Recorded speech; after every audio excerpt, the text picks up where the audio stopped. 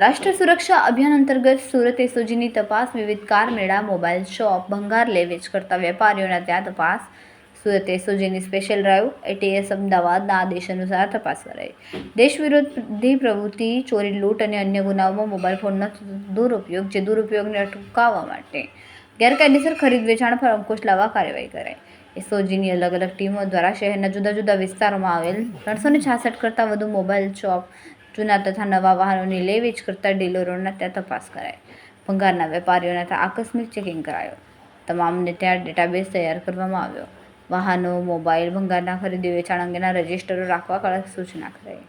એક ડ્રાઈવ ચાલી રહી છે જેમાં જૂના વાહન, જૂના મોબાઈલ અને જે સ્ક્રેપ એટલે કે ભંગારના વેપારી હોય એના જે લે વેચના જે રજિસ્ટર હોય એમાં વેચનાર હોય તેના નામ, નંબર, સરનામા અને એના આધાર કાર્ડ, પાન કાર્ડ તમામ વિગતો અને લેનાર તમામની અપડેટ રાખવા માટે સૂચના આપવામાં આવી છે. આની ચેકિંગ ચાલી રહ્યું છે અને ચોરીના મોબાઈલ અને ચોરીના વાહનો એ ધાડ, લૂંટ, મારામારી અને રાષ્ટ્ર વિરોધી કૃત્ય જેવા ગુનામાં વપરાતા હોય આ ડ્રાઈવ ચાલી રહી છે. ખૂબ મહત્ત્વની ડ્રાઈવ છે અને આમાં જો કોઈ પકડાશે તો કડકમાં કડક કાર્યવાહી કરવામાં આવશે.